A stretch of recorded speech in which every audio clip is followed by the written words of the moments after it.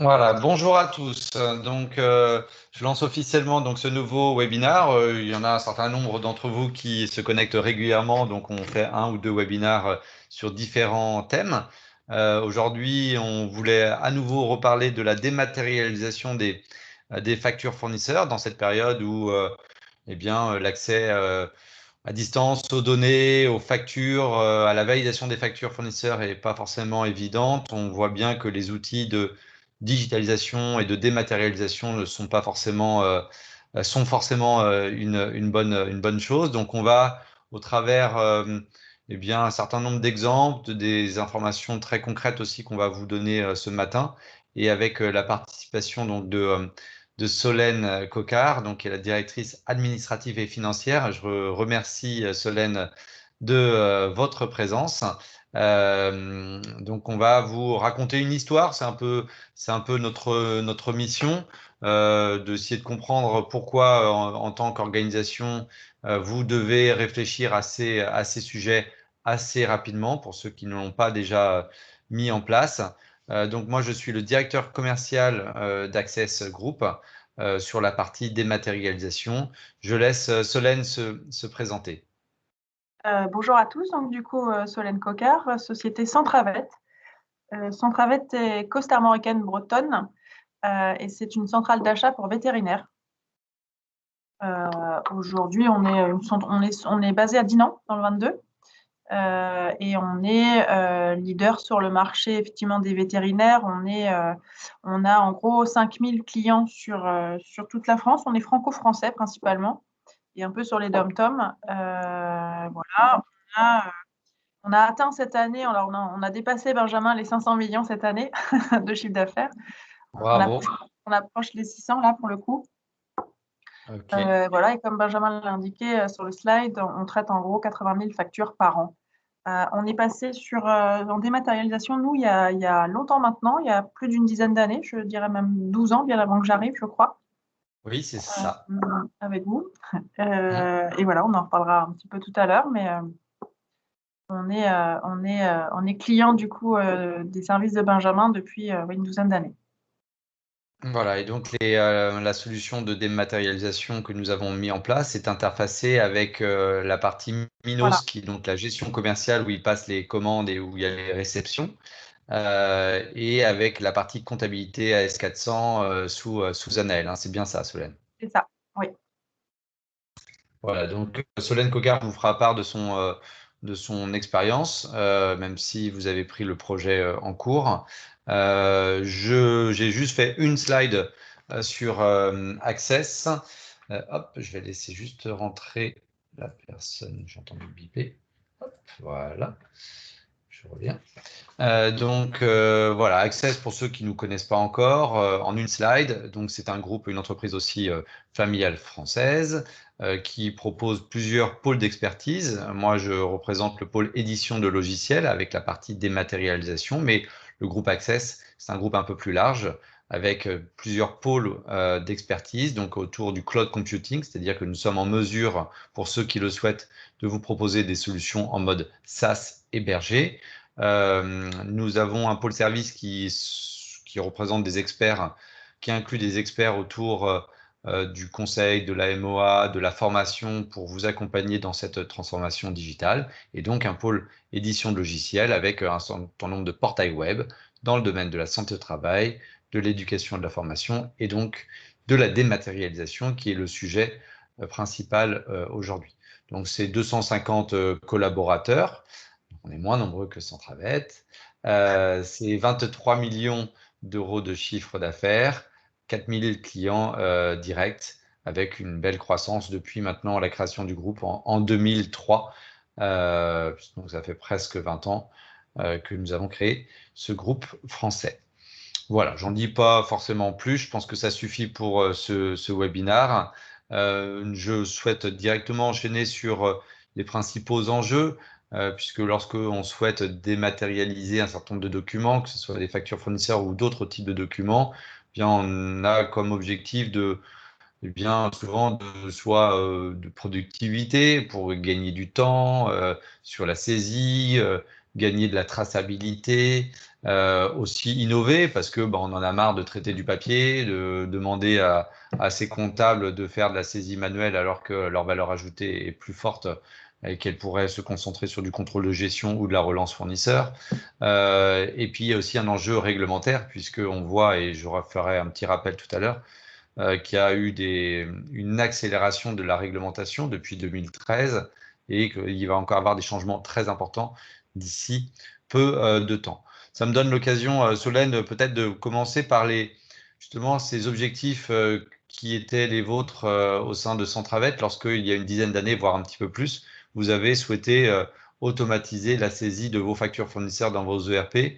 Quels étaient les principaux enjeux que vous avez constatés à Alors, en l'époque? fait, pour être synthétique, la compta chez Centravet, c'est une dizaine de personnes réparties en 3 pôles, la compta fournisseur, la compta générale et la compta client. Alors, du coup, je m'attacherai plus à la compta fournisseur qui est utilisatrice de la gestion électronique des documents et la compta, on appelle le frais généraux chez nous, qui est utilisatrice plus du workflow.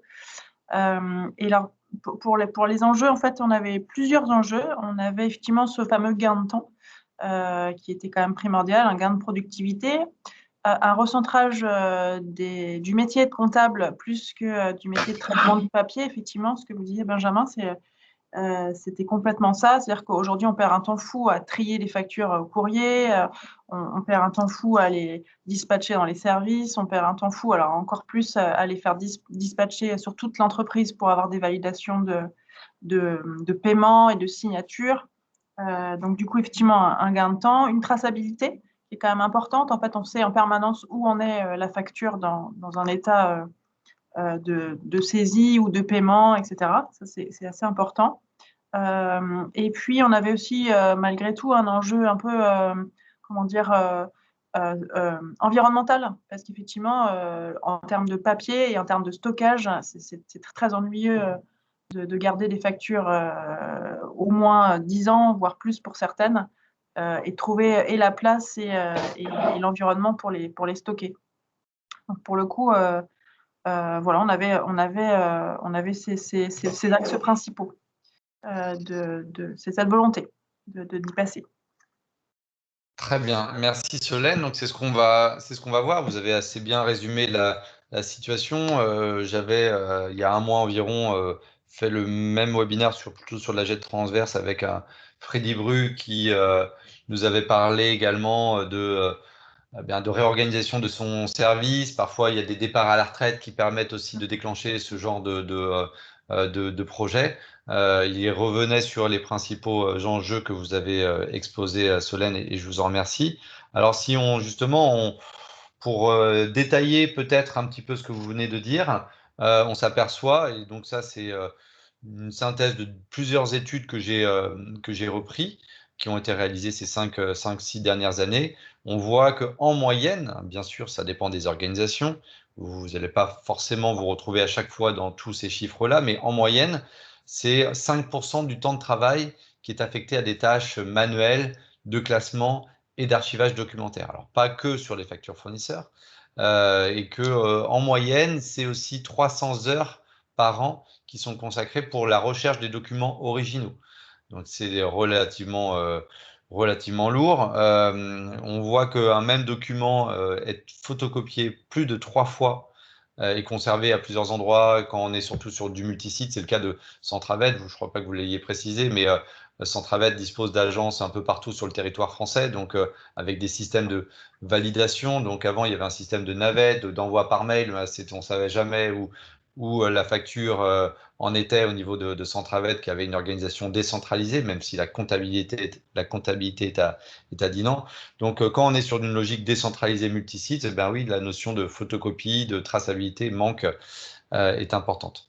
Donc, si on regarde même sur la partie facture fournisseur, hein, des chiffres complémentaires, ça dépend encore une fois des organisations. Souvent, on voit entre des coûts par facture fournisseur qui va de 14 à 21 euros. Et ce qu'on constate, c'est que les solutions de dématérialisation apportent un gain de l'ordre de 30 à 50% d'économie en moyenne. Alors, on compte les coûts de réception, le manipuler une facture papier ou même par mail, puisque vous recevez de plus en plus des factures par mail. Parfois, un certain nombre de collaborateurs réimpriment la facture pour la renvoyer. Enfin, c'est souvent relativement lourd. Donc, il y a la partie saisie, la partie validation, la partie rapprochement avec la gestion des litiges, jusqu'au paiement de la facture fournisseur. Donc, c'est sur l'ensemble de ces étapes et l'ensemble de ces coûts que nous allons avoir une action en mettant en place des solutions de dématérialisation. Puisque, vous l'avez dit, Solène, eh bien, on va avoir des temps de réponse allongés, donc des temps de saisie manuelle plus importants si on reste en saisie manuelle dans le logiciel comptable. On a un manque de traçabilité de l'information pour savoir si la facture a été payée. Quand le fournisseur appelle, parfois, on sait lui dire, parfois on lui dit, attendez, je vous rappelle, parce qu'il faut que je demande à mon responsable informatique s'il a payé la facture, parce que je n'ai pas encore l'information, alors que avec des systèmes de GED, de gestion électronique de documents, on prend le numéro de la facture, 1, 2, 3, 4, et on a l'information du statut de la facture. Ce sont quelques exemples qui mettent en exergue les limites du traitement manuel, qu'on parle d'une facture papier ou d'une facture électronique. Alors l'autre enjeu, et vous l'avez dit aussi euh, Solène, c'est aussi la modernisation, responsabilité sociétale, environnementale, qui n'est pas à négliger. Vous devez aussi montrer à vos collaborateurs que vous êtes une entreprise moderne, que c'est fini la saisie des factures papier manuellement, donc vous avancez de l'avant et c'est aussi un avantage concurrentiel fort pour la concurrence. Donc il faut y aller. Vous verrez que le troisième enjeu, qui est l'enjeu réglementaire va vous contraindre d'accélérer, mais forcément. Mais si on pense juste à cet enjeu d'innovation environnementale et de modernisation, eh bien, il faut y aller parce que, je vous l'ai dit, les photocopies, les validations, les mises sous pli manuelles, même si on parle de factures, par exemple des factures clients aussi, lorsque vous renvoyez plein de factures clients, des sociétés comme Access ou d'autres peuvent vous accompagner pour dématérialiser l'envoi de vos factures clients. Donc, il y a des factures entrantes, il y a des factures sortantes, il y a du classement, il y a des interfaces à mettre en place avec, là, on a parlé d'Anaël et de Minos dans le cas de Centravet, mais bien entendu, en tant qu'intégrateur, nous savons vous garantir des intégrations avec SAP, Sage, Cegid, M3, X3, etc., etc. Donc, ça sera un des enjeux forts lorsque vous lancerez votre projet de dématérialisation, de s'assurer que la solution que vous retiendrez est en parfaite adéquation avec le logiciel comptable ou votre ERP. Demain, avec une solution de dématérialisation, je vous montrerai un exemple concret de notre solution logicielle. Ce que je vous montrerai justement, c'est qu'on va pouvoir intégrer tout type de factures, des factures qui arrivent par papier encore pour quelque temps, avec la numérisation, des factures qui arrivent par mail, des aspirateurs de factures aussi pour pouvoir récupérer automatiquement des factures qui arrivent sur des portails, d'utiliser aussi le portail d'Access, voilà, pour collecter l'information et rentrer ensuite, selon le type de facture que vous recevez, avec commande ou sans commande, dans un système de validation ou de rapprochement avec vos commandes réceptionnées. C'est le cas de Centravet avec Milos. Et puis jusqu'à l'archivage, bien sûr, que l'on peut vous garantir en certifié conforme à l'original. Voilà, donc c'est ce que je vous ai dit. C'est vrai qu'avec le télétravail, en ce qui nous concerne, ces projets-là se sont accélérés depuis l'année dernière. Beaucoup ont pris conscience que de valider des factures, c'était assez compliqué quand on était en mode de télétravail. Donc, la mise en place aussi de la piste d'audit fiable, je vais en reparler dans quelques instants, a aussi accéléré les choses parce que la piste d'audit fiable, c'est de pouvoir garantir que l'ensemble de la chaîne documentaire, papier ou électronique, peu importe, est bien respecté. Une facture, je dois associer une commande, un devis selon le type de cartographie des fournisseurs que vous allez en faire. Et donc, forcément, les solutions de GED vont contribuer grandement à la mise en place d'une piste d'audit fiable. Et puis, allez, peut-être je terminerai sur un dernier point, la partie gain de place physique. Vous l'avez, et je me rappelle bien à l'époque de cette problématique chez Centravet, de garder des factures originales au format papier, ben, une année, 2 années, quand on a 80 000 factures, ça commence à faire beaucoup de place. Et donc, il y a des coûts liés au stockage qui sont non négligeables. Voilà sur les enjeux donc d'organisation. Et puis, il y a les enjeux réglementaires. Donc, je voulais faire quand même un petit focus sur ce point parce que eh bien, on voit qu'il y a eu depuis maintenant un peu plus de 10 ans, même 20 ans, beaucoup de textes qui ont libéralisé et permis de passer en mode électronique. Je ne veux pas tous les citer, mais ça a commencé en 2013 en fait. C'est à partir de 2013 que nous pouvions recevoir et envoyer des factures sous certaines contraintes. Depuis 2013, on peut envoyer des factures et recevoir des factures par mail. Pour les collectivités publiques ou les collectivités ou les entreprises privées qui facturent dans le sens inverse des collectivités publiques, il y a eu la mise en place de Chorus Pro qui a permis entre une période de 2017 jusqu'à 2020, l'année dernière, que obligatoirement l'ensemble des factures devaient être déposées sur un portail, un extranet, et là on n'avait plus le choix. Donc le public a montré l'exemple. Vous verrez que ça va arriver à partir de 2023 dans le monde privé. Je pense que vous êtes tous au courant. Et puis, il y a eu donc depuis 2016 la mise en œuvre de la copie fiable. Donc, tous ces états et ces échanges autour de la réglementation ont fait que un certain nombre d'entreprises ont pris le pari d'y aller relativement vite, tout en garantissant 3 grands principes. Donc, les 3 grands principes, c'est l'authenticité de l'origine de la pièce, l'intégrité et la lisibilité.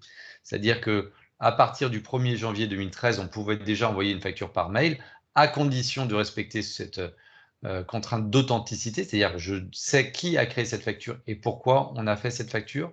L'intégrité de la facture, je veux être certain que la facture que je reçois, il n'y a pas eu de modification possible. Et enfin, cette facture-là, elle doit être lisible pour pouvoir la présenter et qu'elle soit bien conforme à l'original.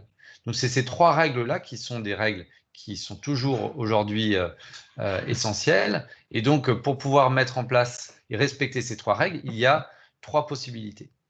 Il y a la partie EDI, il y a la partie signature électronique avancée et la piste d'audit fiable. Donc, sur la partie EDI, donc ça existe depuis très très longtemps, depuis début des années 80 avec les premiers logisticiens ou dans le domaine de la distribution et de l'automobile. Ça a été les premiers à mettre en place des normes sécurisées d'échange de factures, mais des normes assez contraignantes puisque c'est des normes fournisseur par fournisseur. Et donc, même si je n'ai pas le chiffre en tête, c'est un volume aujourd'hui échangé par EDI sur la partie fournisseur qui est relativement faible. On doit être à 6 à 8% de factures échangées en France au format EDI. Après, ce qui a permis d'accélérer un peu, c'est la signature électronique avancée. Alors, je précise bien, ce n'est pas vous qui devez signer la facture lorsque vous recevez une facture par mail. Là, on n'est pas dans ce cas-là. On est dans ce cas d'une facture qui a été envoyée par votre fournisseur, peut-être par mail, mais cette facture fournisseur, elle dispose d'un certificat. Elle a été signée électroniquement lors de l'émission par votre fournisseur de cette facture et vous êtes son client. Donc, dans ce cadre-là, EDI ou signature électronique avancée, vous n'avez pas besoin de mettre en place cette fameuse piste d'audit fiable. Dans tous les autres cas, à savoir une facture papier ou une facture PDF simple que je reçois par mail, alors vous êtes dans l'obligation de mettre en place des contrôles documentés permettant et permanents permettant d'établir une piste d'audit fiable. C'est-à-dire que vous devez commencer par cartographier vos fournisseurs. Si vous avez 100 ou 1000 fournisseurs, vous allez dire, allez, j'ai 3 catégories de fournisseurs. Ça peut être de documenter sur un Excel, un Word, un PowerPoint. Vous avez donc les fournisseurs qui vous envoient systématiquement un devis, une commande, ça passe par un BL, puis donc qui passe à l'état de BR, en bon de réception, puis de la facture jusqu'au paiement. Et donc, vous devez lister toutes ces étapes et bien s'assurer que les documents sont archivés et facilement retrouvables. Après, il peut y avoir des cartographies beaucoup plus simples de fournisseurs, facture sur contrat, ou dans ce cas-là, je reçois simplement la facture qui fait référence au contrat. Je peux aussi avoir des factures pour les frais généraux qui ne font l'objet que d'un mail ou d'un échange verbal. On a tout à fait le droit, mais il faut le documenter. Donc, ça peut être relativement lourd, mais quelle que soit la solution que vous décidez de mettre en place, que ce soit la signature électronique qualifiée, eh bien, les solutions de dématérialisation d'une manière générale, en ce qui concerne en tout cas Access, vous permet de conserver et de vérifier que la facture électronique, que le certificat est bien conforme, d'accord? Donc ça, c'est très important, de conserver les informations sur le lieu, le délai de stockage, et qu'on puisse bien récupérer et avoir un accès facile à toutes ces factures. La partie EDI fiscale, la plupart des tiers de télétransmission avec lesquels vous travaillez peut-être sont à même de vous donner le PDF associé au fichier EDI. Donc ce PDF-là, nous allons pouvoir l'archiver pour pouvoir également le consulter a posteriori et ainsi garantir la lisibilité de la facture. Et enfin, et donc là je pense que c'est 80% de vos factures fournisseurs, donc les factures papier ou les factures électroniques que vous recevez par mail, c'est cette fameuse piste d'audit fiable que vous devez mettre en place pour garantir un rapprochement entre la commande, la facture, la livraison, documenter tous ces procédés, faire ce qu'ils appellent dans l'administration fiscale des crash tests réguliers, donc ça peut être une fois par an. Donc c'est simplement dire, tiens, je vais préparer un scénario. Je vais préparer un scénario et j'ai besoin de retrouver 4 documents, un BL, une facture, un bon de commande, et je vais demander à mes comptables ou mes services de pouvoir retrouver ces documents. Si je constate que sur un des 4 exemples, je n'ai pas retrouvé facilement ou je n'ai pas du tout retrouvé un document, eh bien je décris cette anomalie et je mets en place une action corrective. Donc ça peut être relativement lourd, mais nous, on peut vous accompagner aussi sur la rédaction d'une piste d'audit fiable avec le service consulting d'Access, si vous le souhaitez. Voilà, et puis pour terminer sur la partie réglementaire, en 2023, donc c'est bientôt, puisque c'est dans 2 ans, à partir de 2023 jusqu'à 2025, donc c'est l'article 56 de la loi de finances de l'année dernière de 2020, qui précise que en France, toute facture, donc fournisseur ou client, tout dépend de quel côté on se place, sera obligatoirement, feront l'objet obligatoirement d'un échange électronique. Alors, on ne connaît pas encore toutes les modalités, on commence à beaucoup parler de la facture X, qui est un format PDF en fait qui encapsule les métadonnées de la facture, qui devra être donc générée par le logiciel comptable et qui devra pouvoir être récupérée de l'autre côté par l'autre logiciel comptable qui reçoit la facture. Donc ça va être un changement très important. C'est pour ça que c'est entre 2023 et 2025 que ça va être progressif, qu'il va y avoir une adaptation peut-être selon la taille des entreprises, comme ça avait été un peu le cas pour la partie publique avec Chorus. Mais il faut avoir en tête que 2023, c'est pour bientôt. Donc, c'est pour ça que d'assister à ce webinaire ou à d'autres, en tout cas, pour se dire, tiens, il faut que je lance un projet en interne, c'est maintenant qu'il faut y réfléchir. La mise en place d'un projet comme celui-ci, c'est de l'ordre de 4 à 6 mois. Partez sur 6 mois en comptant les phases d'atelier, de travail, d'analyse. Vous devez profiter de ce genre de projet pour revoir aussi vos process. Là, j'en profite, Solène, pour vous faire à nouveau intervenir. En termes d'organisation, est-ce qu'il y a eu des changements forts au niveau des rôles de chacun? Quels sont les pièges peut-être à éviter que vous avez pu rencontrer au démarrage de ce projet ou peut-être encore maintenant que vous pourriez mettre en avant auprès de nos auditeurs?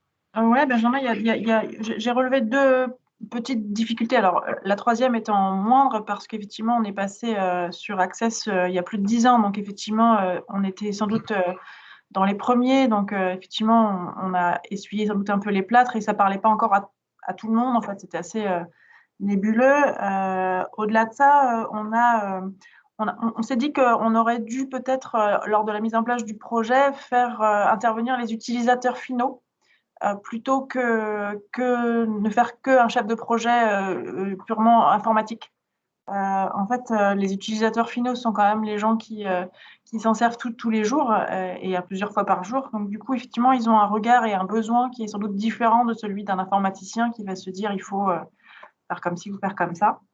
Mais la difficulté la plus importante qu'on ait eue, c'est malheureusement, toutes les factures ne sont pas paramétrées de la même façon. Et évidemment, quand il y a une lecture, alors pour rentrer dans le détail, la facture fournisseur est donc scannée dans un système informatique, donc via un scan évidemment, et le système reconnaît un certain nombre d'éléments, de paramètres, le nom du fournisseur, la date et des montants, TVA, etc. Et malheureusement, toutes les factures ne sont pas paramétrées de la même façon, donc il a fallu un peu de temps. Et c'est pour ça que vous avez bien fait, Benjamin, de dire que c'est un projet malgré tout, qui est assez long, pour que toutes nos factures, sous tous les formats différents qu'on a pu avoir, soient toutes passées au moins une fois dans le scan pour que le scanner soit paramétré et de façon à bien cibler les informations importantes, telles que la date, les montants, etc., les échéances. Donc là, il faut un peu de temps, effectivement, pour pouvoir paramétrer toutes les matrices différentes de factures.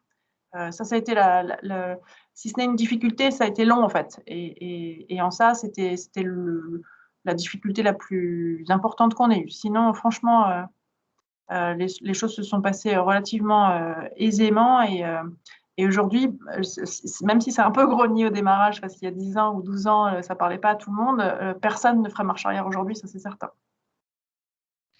D'accord, très bien. De toute façon, on va voir un exemple très concret par rapport à ce que vous venez d'expliquer sur la lecture des factures Solène. Alors, même s'il y a pas mal de choses qui ont évolué dans les technologies, on est sur de l'auto-apprentissage. Il est nécessaire que toutes les factures soient au moins passées dans le système, enfin, tous les fournisseurs soient au moins passés dans le système.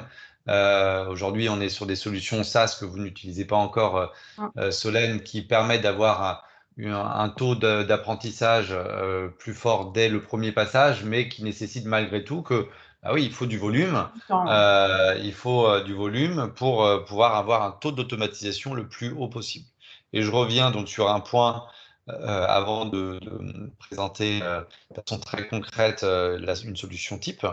Un des points que j'ai déjà rencontré chez d'autres clients, et c'est parfois eh bien, un des éléments qui font que le projet est une vraie réussite ou un peu moins, qui prend un temps d'adhésion un peu plus important, c'est le fait d'associer rapidement, dès le départ, en amont du projet, donc peut-être dès maintenant pour vous qui commencez à réfléchir, les utilisateurs finaux.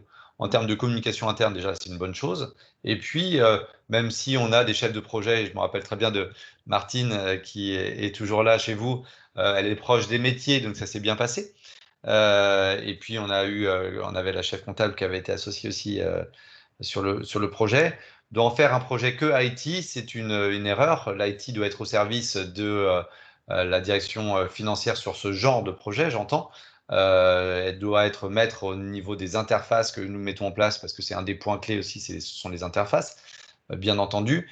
Mais l'adhésion d'un projet comme celui-ci doit avant tout se faire par les comptables et les valideurs et les acheteurs selon de quel type de facture on traite.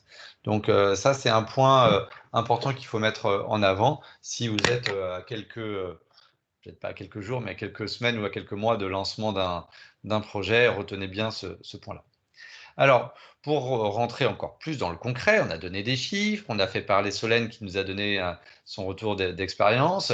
Eh bien, sans rentrer dans toutes les fonctionnalités, en 15-20 minutes, je vais essayer de vulgariser un peu tout ce que je viens de dire en prenant une ou deux factures et puis en montrant un exemple concret de la solution d'Access de dématérialisation de factures.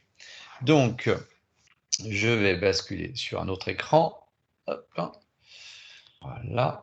Donc, voilà. Là, vous voyez bien mon écran, je pense.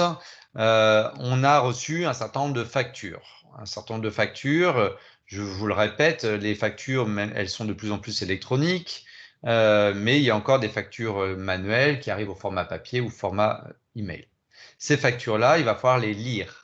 Quand on dit les lire, c'est quand Solène dit bah, il faut que le scanner soit bien paramétré pour lire les données. Alors, ce n'est pas complètement le scanner, mais c'est toute l'étape de numérisation et de capture d'intelligence artificielle pour que, eh bien, on puisse avoir ensuite les informations dans un système web qu'on appelle le workflow pour pouvoir faire circuler l'information vers Pierre, Paul ou Jacques, selon qu'on soit comptable ou valideur. Donc avant d'arriver ici, alors soit je suis dans la première étape de cet écran que vous voyez, et donc j'ai reçu des factures en EDI, j'ai reçu des factures sur de par directement un extranet fournisseur, ou sinon, c'est ce que disait tout à l'heure Solène, je me connecte à une solution qu'on appelle de lecture automatique de documents.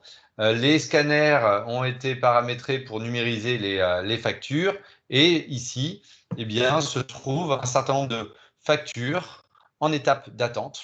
Donc, je vais juste en prendre une pour vous montrer à quoi ça ressemble. Cette facture, peut-être c'est une facture papier ou elle est arrivée par mail, peu importe, c'est une facture de Dell, comme vous le voyez ici, et je vais avoir la possibilité d'associer donc les métadonnées, donc ce qu'on appelle les index, qui sont les champs que vous saisissez peut-être encore pour certains d'entre vous manuellement. Donc on a le nom du fournisseur, on a bien sûr le numéro de la facture, la date de la facture. Alors il me met une alerte parce que c'est une date relativement ancienne qui a plus de 60 jours, donc vous pouvez mettre en place des contrôles, la date d'échéance et puis les différents montants. Après, je vais pouvoir lui demander un peu ce que je veux.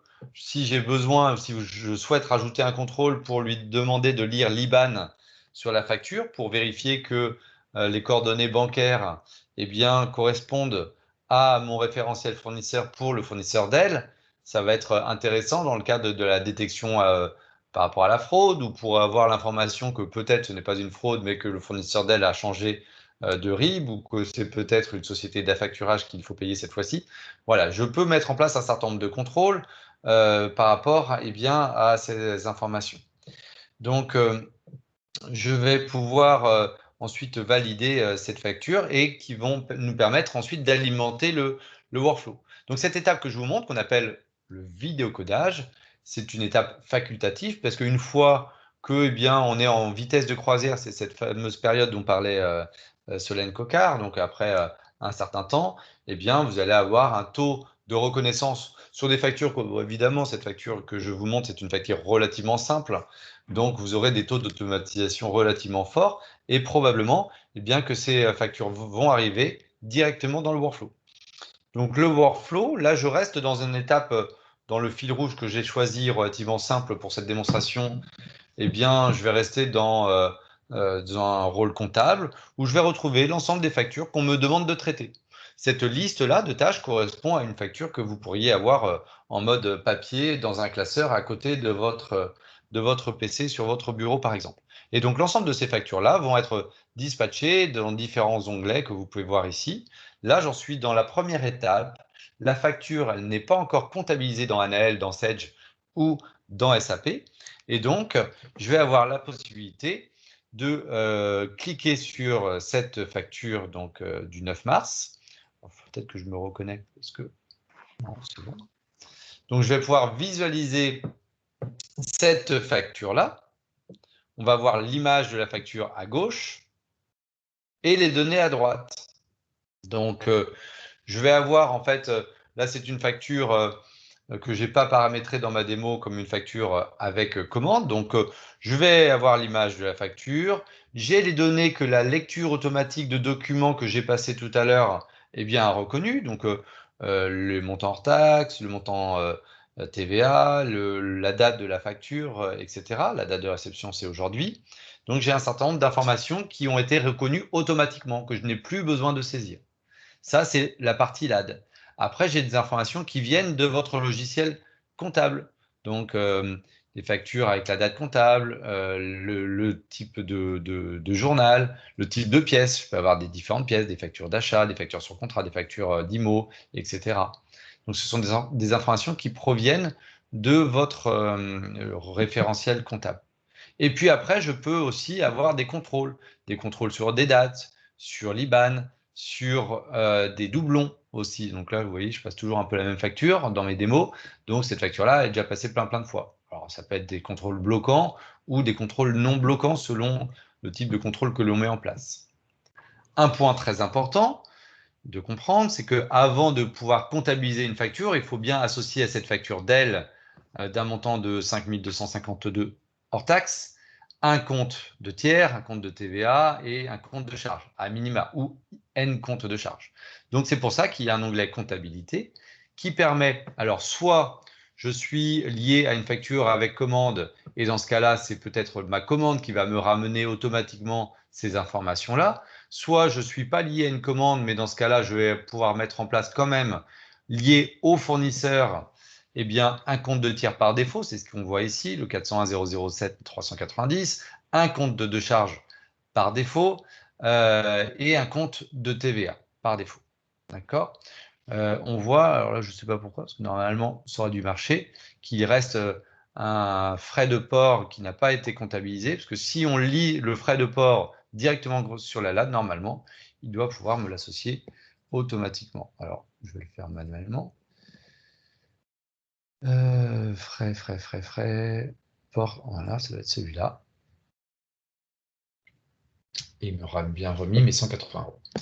La partie analytique, pour ceux qui gèrent l'analytique, donc là, pareil, pour la partie analytique, si je suis sur une facture liée à une commande, dans ce cas-là, eh bien, je peux avoir la possibilité eh bien, de récupérer automatiquement l'analytique. Sinon, je peux avoir des règles au niveau du fournisseur ou avoir des modèles, je ne sais plus si vous l'avez mis en place chez Centravet, des modèles de répartition. Donc là, je prends modèle 1, tout simplement, et automatiquement, il peut ventiler soit en valeur, soit en pourcentage, comme je l'ai fait ici, 10% sur tel poste, 15% sur tel poste, etc., etc. Donc, ce sont des modèles, des fichiers Excel finalement, qui sont propres à votre organisation et que vous décidez d'appliquer sur telle ou telle facture. Donc, une fois que tous ces éléments, là, je fais finalement que de checker ou de modifier si je suis en désaccord, parce que par exemple, même pour une facture liée à une commande, eh bien, l'acheteur aurait pu mettre un compte de tiers qui n'est pas forcément le bon. Donc, j'ai ce rôle de comptable avant de l'envoyer vers Anaël, vers Sage ou vers SAP, de dire OK, tout est OK.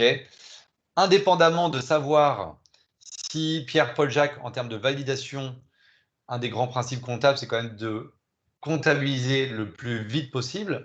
D'accord? Et donc là, ça va partir vers Alexandre automatiquement, parce que ça aussi, on peut le définir l'ordonnateur de façon automatique. Et dans ce cas-là, je vais pouvoir envoyer automatiquement la facture vers Alexandre. Quand j'ai fait valider, je vais envoyer également la facture en comptabilisation vers Anaël, vers Sage ou vers un autre logiciel comptable. Donc, à l'instant T, la facture, elle est comptabilisée. Je ne sais pas si on va la valider. C'est parti vers le valideur. C'est ce qu'on va voir juste après.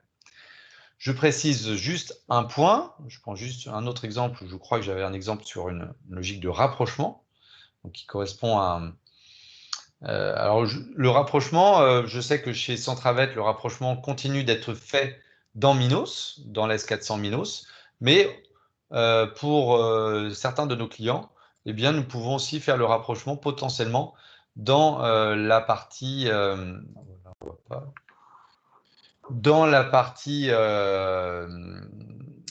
Codexia Access.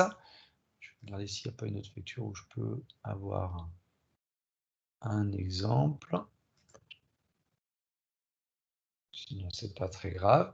Le rapprochement, en tout cas, sachez qu'il se fait entre je l'ai pas, entre les données de la commande ou du numéro de commande. Donc là, par exemple, 2019, je demande à l'ERP de dire, voilà, tu me donnes toutes les commandes réceptionnées que tu as dans ton ERP et que je peux matcher avec mon montant de facture. Et si tout est OK, eh bien, dans ce cas-là, je vais pouvoir comptabiliser et automatiser le rapprochement. Depuis peu, nous proposons également le rapprochement en ligne à ligne, c'est-à-dire les lignes de facture doivent correspondre aux lignes des commandes réceptionnées. C'est une possibilité que nous avons mis en place depuis peu de temps. Là, je vais me déconnecter et je vais me mettre du coup côté de Alexandre. Ça va être Ama. Voilà. Qui a reçu en étape, cette fois-ci, de validation à 11h42, une facture pour validation. Donc ici, je vais cliquer sur cette facture-là et Alexandre va pouvoir dire c'est OK, c'est pas OK. On va pouvoir montrer un exemple de litige parce qu'on va estimer que l'un des 4 PC est défectueux. Donc j'ai la possibilité, dans ces cas-là, tout simplement, de demander un avoir, un montant de l'avoir donc de 899 €. Et je vais sélectionner un modèle d'avoir. Donc, ce sont des modèles d'avoir. Je vais pouvoir générer automatiquement la lettre de demande d'avoir depuis l'application Access. Ça va s'afficher sur votre écran. Voilà. Donc, on voit la demande d'avoir. Vous aurez votre beau logo, etc. Et vous allez avoir la possibilité, si vous souhaitez modifier le document, vous allez pouvoir ouvrir directement le Word. Madame, monsieur, nous accusons de réception de votre facture XD, etc., d'un montant de 6302. Et voilà, on demande et on peut rajouter un petit commentaire si on veut, car PC défectueux, par exemple. Cette demande d'avoir, je vais pouvoir l'envoyer soit par email, automatiquement au fournisseur, la facture et la demande d'avoir. Il va recevoir cette facture. Donc, en très peu de temps, finalement, on peut imaginer qu'il l'a envoyé un quart d'heure avant par mail la facture, qu'elle a été interprétée, qu'elle est passée, elle a été comptabilisée très rapidement. Mais l'acheteur Alexandre a dit, ben non, il y a un des PC qui est défectueux. J'envoie la demande d'avoir par mail pour la facture qui va rester celle-ci en attente de la réception d'avoir pour débloquer l'avoir et la facture en attente également. J'ai également la possibilité d'utiliser des messages internes sous la forme soit de chat en interne vers Pierre-Paul Jacques si j'ai besoin d'une information complémentaire en interne, ou via le portail fournisseur.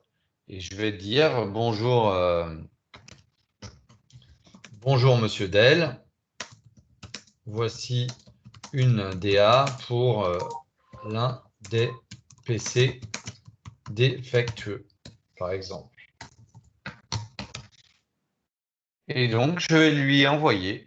Donc, l'extranet ou le portail fournisseur est un module optionnel, pas une obligation de le mettre en place. Je vais vous expliquer les grands intérêts d'avoir cet extranet fournisseur. Là, je me mets du côté du fournisseur qui bien, a reçu un certain nombre d'informations et qui va pouvoir surtout consulter l'ensemble de ces factures que vous lui avez, enfin qu'il vous a envoyé.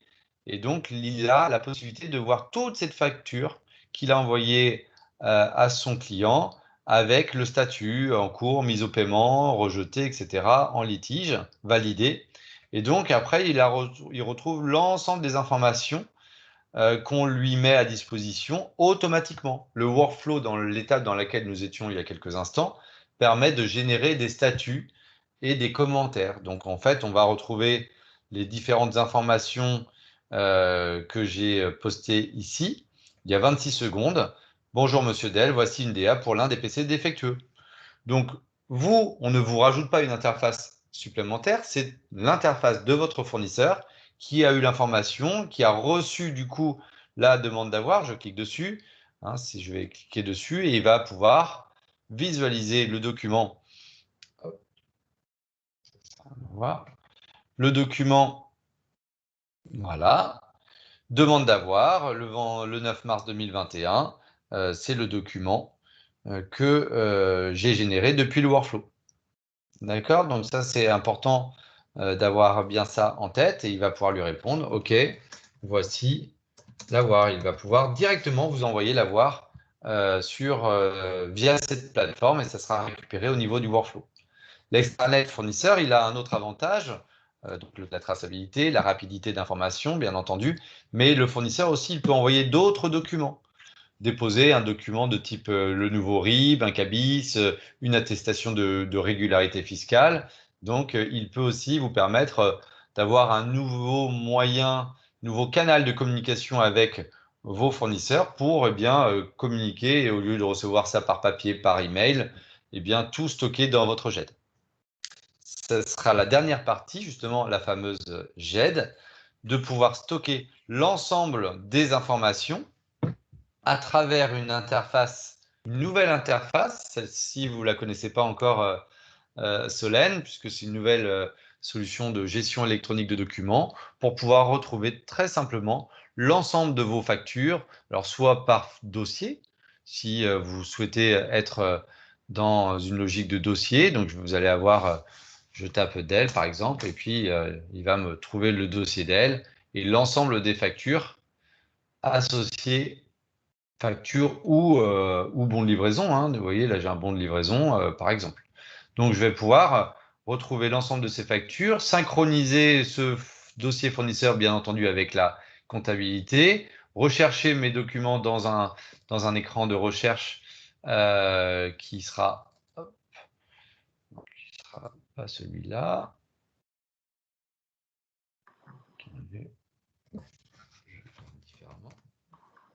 Ou même, je vais faire encore mieux, si ça marche, dans une recherche complètement full text, vous ne savez plus de quel fournisseur, est-ce que c'est Dell, est-ce que c'est un autre fournisseur, vous ne vous rappelez plus du numéro de facture, mais vous savez que vous recherchez une facture qui contient porte en aluminium que vous avez commandé. Aluminium.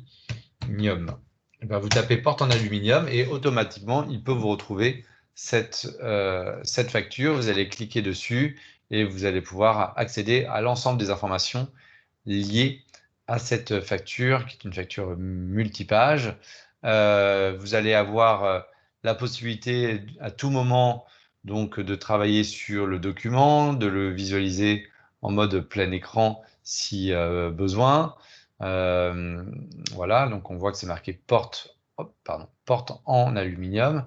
Donc vous allez pouvoir travailler, faire des zooms, voilà, comme l'original quand vous avez une facture papier. Tout a été fait pour rendre l'information intuitive et l'information accessible. Ensuite, cette solution de GED, si je prends un exemple en plus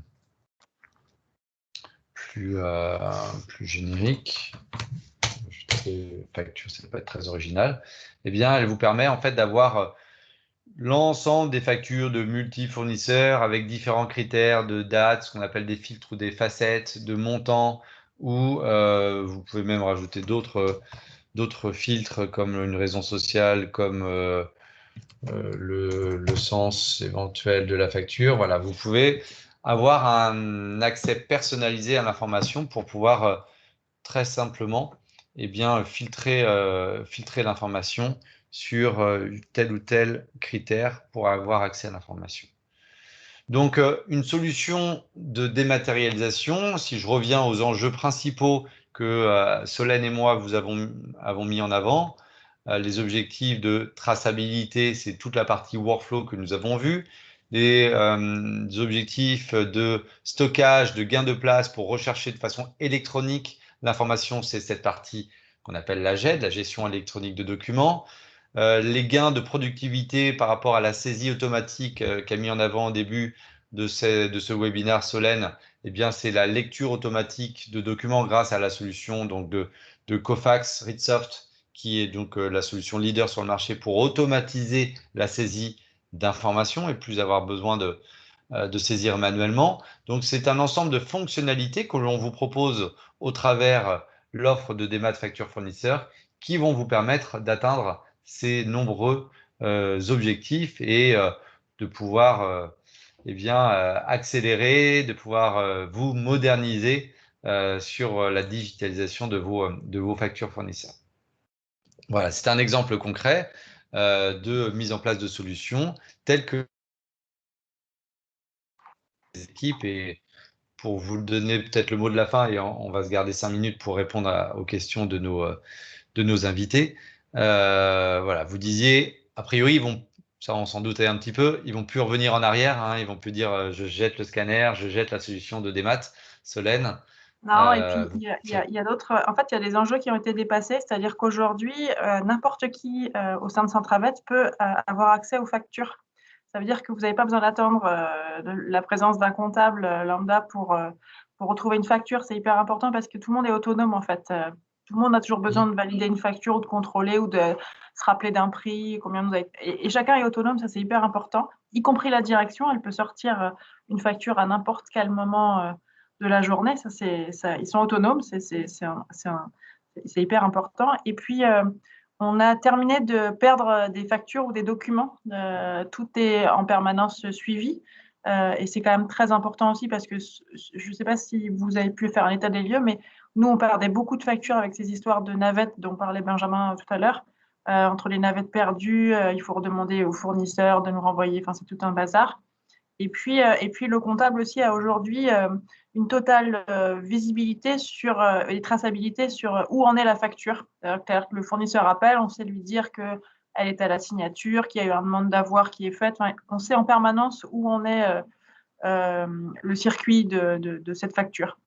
Donc ça, Et puis en fait, il y a autre chose qui nous a paru d'une simplicité déconcertante et auquel on n'avait pas pensé, c'est quand on a un contrôle, que ce soit URSSAF ou fiscal, n'importe qui est autonome pour ressortir des factures à n'importe quel moment auprès du contrôleur, sans aller chercher des boîtes à archives au fond du grenier.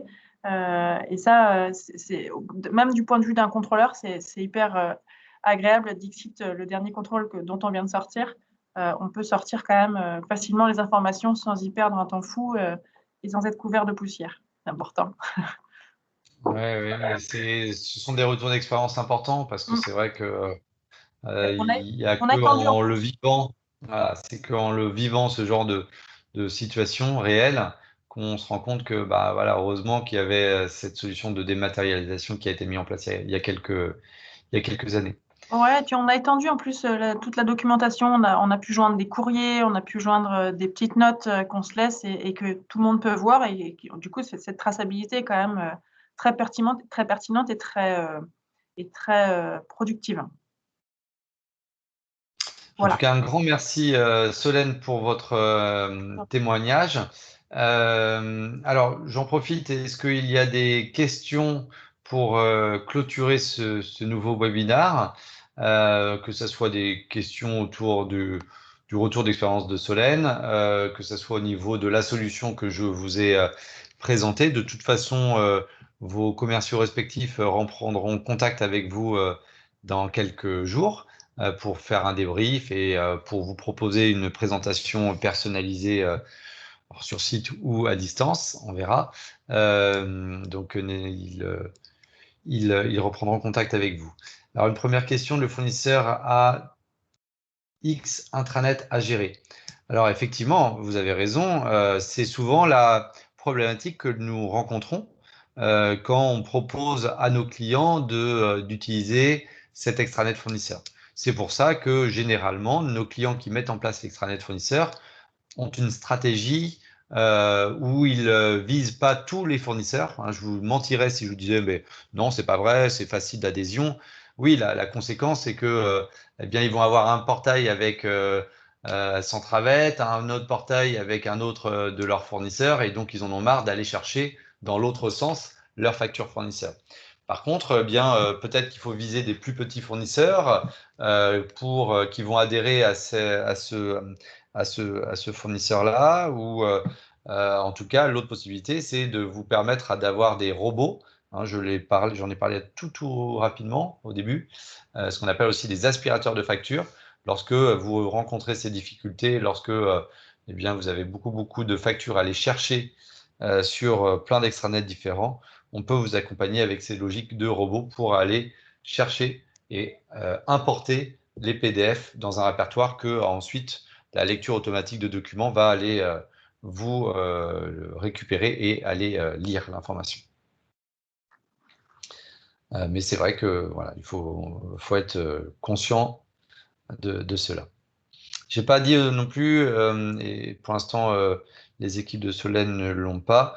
Depuis peu de temps, nous avons une application mobile qui permet de valider depuis le smartphone ou depuis une tablette une facture fournisseur. Quand on est en mobilité, en déplacement, c'est quelque chose d'assez intéressant, mais que ça nécessite, Solène, mais je crois qu'on en reparlera, parce que je crois qu'on a une réunion bientôt, de passer sur la nouvelle version.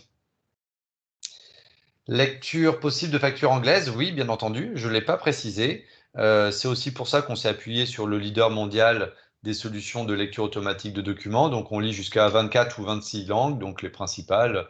On lit même du russe, on lit du caractère chinois, donc bien entendu anglaise. Ça coule de source. On a de la lecture de. Je n'ai pas passé beaucoup de temps sur cette logique d'intelligence artificielle. En fait, il reconnaît des mots-clés.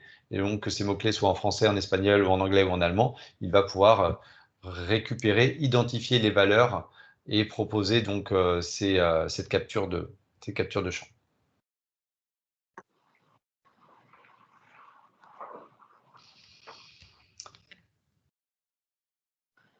Une dernière question peut-être.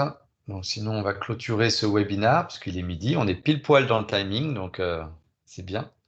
Et la solution en anglais, oui, la solution en termes d'interface, parce qu'il y a deux questions. Donc, on peut lire les informations en anglais et les interfaces peuvent être proposées également en anglais sans aucune difficulté. On a un client comme il s'appelle TELT, qui est la société du tunnel Euralpin Lyon-Turin, une société donc franco-italienne qui a été lancée pour la construction justement d'un tunnel important.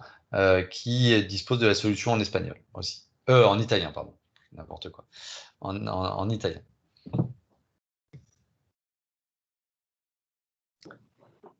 Merci à tous en tout cas. Vous recevrez donc ce replay, comme je vous l'ai dit en début de présentation, d'ici la fin de semaine sur votre email. Comme ça, vous pourrez échanger, rééchanger en attendant que vos commerciaux vous rappellent. Je remercie une dernière fois, je crois que je vous ai beaucoup remercié, Solène, mais c'est bien normal. Je vous souhaite une très belle journée à tous et puis je vous dis Merci. à très bientôt. Merci, au revoir. Merci, au revoir.